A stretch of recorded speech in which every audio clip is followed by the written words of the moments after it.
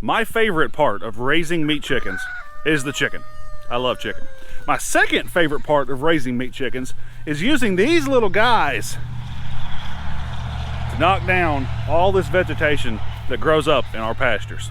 Howdy folks, my name's Reagan, and here on our farm we want to use as much of our land to grow as much of our food as we can. Now we are raising meat chickens for the second time now. We're doing an 8-week, week by week kind of recap update on how the chickens are growing, how they, just all the stuff. Cornish Cross chickens, which is what we're raising, grow so quickly, and it doesn't take very long at all for them to be ready for processing day. And we are only 2 weeks away at this point from processing day. Right now I've got 38 6-week-old chickens in this tractor. That's too many. It worked for a minute, but it's not going to work anymore. So the first thing I've got to do today is move half of them out of there and into that tractor.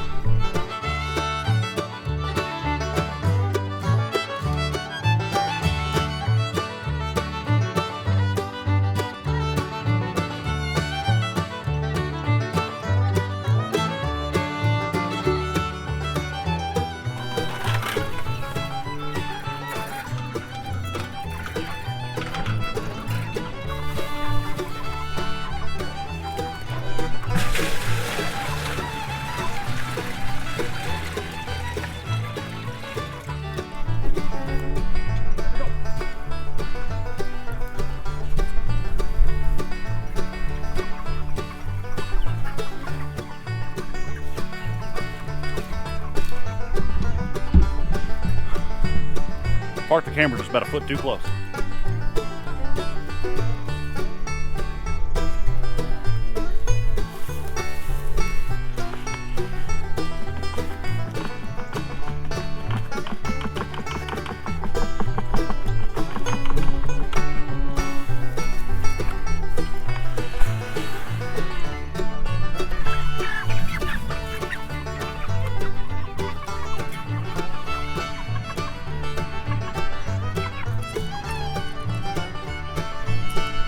That's crazy, but if you look right here, I mean, this pasture that I'm in is nothing but a sea of broom sedge, and the stuff that's growing down closer to the ground is better, but really we can't get any sunlight to it because of this stuff. And prescribed fire is great for that. Haven't been able to do that. Bush hogging is great just to knock it down. Well, don't have that option. And so what I'm doing right now is basically just using these chickens as feathered bush hogs. Just put them in here, and dragging them up the hill is a chore, but the good thing is in another week or so we'll be going down, which will be fine. But what they do, these chickens, and especially Cornish Cross ones, I can't speak to like the Red Rangers, Freedom Rangers, whatever you call them. I don't know how they are, but these Cornish Crosses are just bulldozers. You pull the tractors over them, and then they just sit in there for half a day, however long it takes before you need to move them, and they waller that stuff down. They're pumping fertilizer just directly onto the soil, which is excellent for our pastures. And even though it's only in a 6-foot by 8-foot rectangle twice each time, it's still better than nothing. And so yeah, it's a chore, but all in all, when we're all said and done, it's going to be a lot better for the pastures, and I'm looking forward to that day. You've seen the before, what the before looks like. This is what the after looks like here.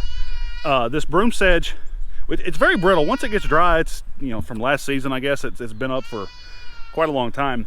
It becomes very brittle, and really whenever you roll over it with anything, a mower deck or whatever, tractor tires, even your footsteps, you can stomp that stuff down, and it just lays down really, really well. And so it's a perfect mulch layer. And what happens is the chickens just put all kinds of fertilizer on top of that too, which the stuff's going to break down. Broom sedge thrives in low phosphorus and low pH environments, and so chicken manure is a great way to remedy that. Now it takes a lot of it, but the Cornish Cross chickens are, they're pretty good at it. It's going to take a long time, but I'm already raising the chickens, and so you're killing 2 birds with 1 stone, I guess. But it does a great job, and these tractors and the birds together, it is fantastic. Privet to the face, ouch. We're working on clearing all these fence rows out too, and the goats are not being helpful in that because they don't want to stay in the fence. Come on guys, what are we doing?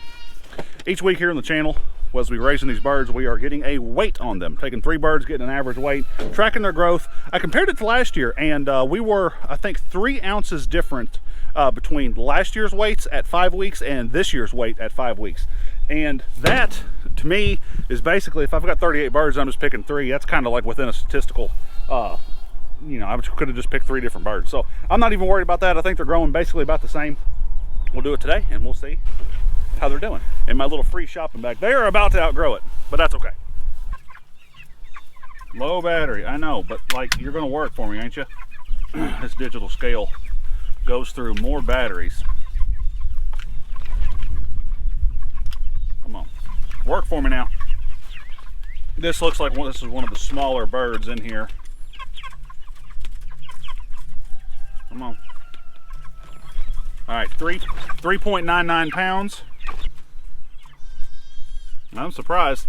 4.17. That one looked a lot bigger. I wonder if I can find the biggest one in here. Okay, you're good to go. Go on.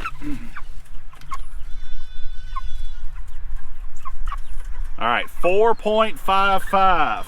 Not the biggest one in here, probably not. Maybe not the biggest one of the bunch in general, but I didn't have to move. You know what? I'm all about efficiency. Right now, when it comes to the day-to-day care of these birds, I mean, there's food, there's water, and there's just checking on them to make sure they're not doing anything crazy or something's not getting into the tractor, which, knock on wood, hasn't happened yet. More of the work, I guess you know, this is routine stuff. Food, water, shelter. We're 2 weeks out from Butcher Day, so we're going through our checklist, making sure we have everything we need. Going to make sure we have propane, our freezer bags. We just ordered those, the shrink wrap bags that after you, the bird's processed and ready to go in the freezer, scalding water, thing shrinks up, and they're going in the freezer after that. So we ordered those today. They'll be here before processing day. We assembled our plucker last week, and we're just going through those kind of things. And that's probably, well, I haven't thought that far ahead yet. That's probably what we're going to cover next week on our Raising Meat Chickens Week 7 video. I like this. I mean, this process, it is a lot of work, especially whenever you're hiking up a hill like this one. It's a lot of work, but the reward to me is so worth it, because we're taking some control over our food system. We have 38 birds that are going to go in the freezer, and you know, if you think about how many chickens you might eat on a week, I mean, that's could be 38 weeks worth of food, or at least one meal. I mean, not total 38 weeks of worth total, but you know, it's one meal, perhaps even 2 for, you know, 38 weeks, something, however long it takes. I love chicken. Chicken is fantastic. I'm a huge fan of chicken wings. I mean, just chicken, it's great. So it's a lot of fun. The whole process is very rewarding. If there's anything you want to see, any questions you have, drop them down in the comments. We'll do our best to answer those in the coming weeks. And at the end of the video, I forgot to mention this, at the end of the series, week 8, we will have a full cost breakdown of what it takes to raise these birds, what it took us. That includes the cost of building that tractor, and I'll break that out, you know, over, maybe we'll have it for 10 to 15 seasons. I don't know, however long it'll hold up. But we're going to have a breakdown of that cost completely to the best of our abilities. Be sure to stick around for that, and subscribe and like and do all that. If you know somebody who would enjoy this video, share it with them, and I appreciate it. My name's Reagan. This is the GWP Homestead. I have got to find my way out of the Broom Sedge jungle. We'll see y'all soon.